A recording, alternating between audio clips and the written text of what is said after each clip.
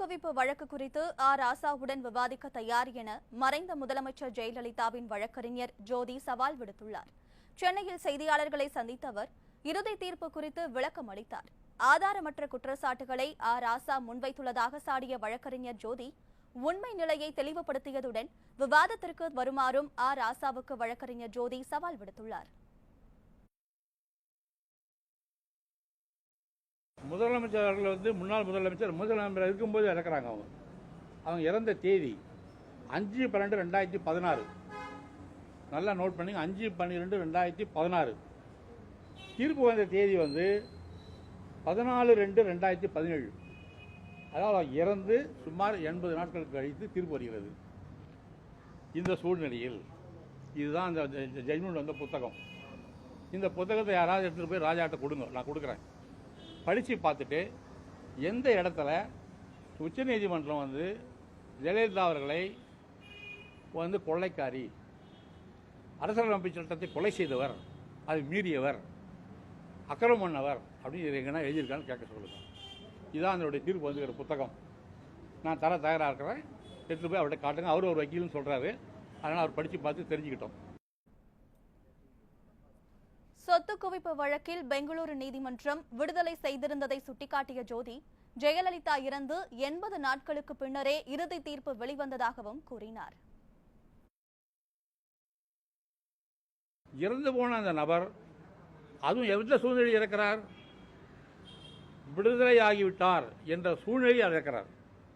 தீர்ப்பு 80 நாளுக்கு பிறகு வருகிறது. இந்த சூழ்நிலை சட்ட நிலைமை என்ன? தயவுசெய்து சட்ட நிலைமையை திரு ராஜா அவர்களிடம் நீங்கள் எடுத்து சொல்லணும். தேவைப்பட்டால் சொலக்கு போட்டு சொன்னார், யார் நான் வரேன், அவருடைய விவாதிப்பதற்கு நான் வருகிறேன். அண்ணா அறிவாலயத்துக்கே நான் வருகிறேன். யாருடைய பாதுகாப்பும் இல்லாமல் தனிப்பட்ட முறையிலே நான் வருகிறேன்.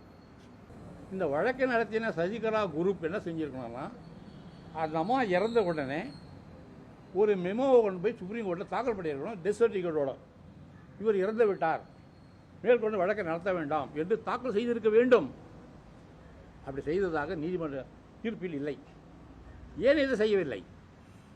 சசிகலா தரப்பு ஏன் இதை தாக்கல் செய்யவில்லை? அந்த அம்மா இறந்து போனார் என்பதை டெத் சர்டிஃபிகேட்டுடன் ஏன் அதை கொண்டு போய் தாக்கல் செய்யவில்லை? இந்த கேள்வி முக்கியமான கேள்வி. ஏனென்றால் அவர்கள் முதலமைச்சர் ஆவதற்கான முன்னேற்பாடுகள் பண்ணி கொண்டிருந்த நேரம் அது. தனது சுய லாபத்துக்காக இதை கொண்டு போய் அவர் செய்யலை. அதை செஞ்சிருந்தால் இந்த வழக்கில் அந்த அம்மாவோட பெயரே வந்திருக்காது, வந்தே இருக்காது என்பதுதான் சட்ட நிலைமை. மறைந்த முதலமைச்சர் ஜெயலலிதாவை பற்றி உச்சநீதிமன்றம் எந்த இடத்திலும் தவறாக குறிப்பிடவில்லை என திட்டவட்டமாக தெரிவித்த அவர் உச்சநீதிமன்றத்திற்கு தெரியாத சட்டம் ராசாவுக்கு தெரிந்துவிட்டதா என்றும் கேள்வி எழுப்பினார். 394(2) CRPC இதன்படி இறந்து போனவர் மீது எவ்விதமான குற்றச்சாட்டுகளும் நீர்த்து போகிறது. அதுவும் குறிப்பாக தண்டனை பெற்றவர்கள் போகவில்லை, விடுதலையாகி தான் போயிருக்கிறார். அந்த சூழ்நிலையை அவர் விடுதலை ஊர்ஜிதப்படுத்த வேண்டும் என்பதுதான் சட்ட நிலைமை. இப்படி இருக்கும்பொழுது உச்சநீதிமன்றம் எவ்வாறு அரசியல் சட்டம் வச்சு கொலை செய்த கொலைக்காரி என்று சொல்ல முடியும்? சுப்ரீம் கோர்ட்டு சட்டம் தெரியாதா? இவரு தான் தெரியுமா? சுப்ரீம் கோர்ட் அவ்வாறு சொல்லவில்லை. காரணம், 394 பற்றி அவருக்கு தெரியும் அவங்களுக்கு.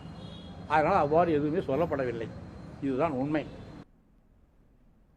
துளியும் உண்மையின்றி முன்னாள் மத்திய அமைச்சராக இருந்த ராசா சொடக்கு போட்டு பேசுவதுதான் பண்பாடா, தரைக்குறைவாக பேசுவதுதான் தமிழக அரசியல் நாகரிகமா என்று அடுக்கடுக்கான கேள்விகளை எழுப்பிய அவர் இதற்கெல்லாம் ஸ்டாலின் தான் பதில் சொல்ல வேண்டும் என்றும் தெரிவித்தார். இந்த சூழ்நிலையில் இப்படி தரக்குறைவான வார்த்தைகளை பயன்படுத்துவது ஏற்புடையதா? ஏற்றுக்கொள்ள விஷயமா? ஒரு மத்திய அமைச்சர் இப்படி பேசலாமா? இதுதான் தமிழ்நாட்டு அரசியல் நாகரிகமா? இந்த நாகரிகத்தை நோக்கி தான் நம்ம போய்கிட்டு கொண்டிருக்கிறோமா? நமக்கு விடிவெளியே கிடையாதா? இந்த மனிதருடன் தான் நாம் வாழ வேண்டுமா? இந்த கேள்விக்கெல்லாம் பதில் சொல்ல வேண்டியது மு க ஸ்டாலினும் ராஜாவும் திமுகவும் தான்.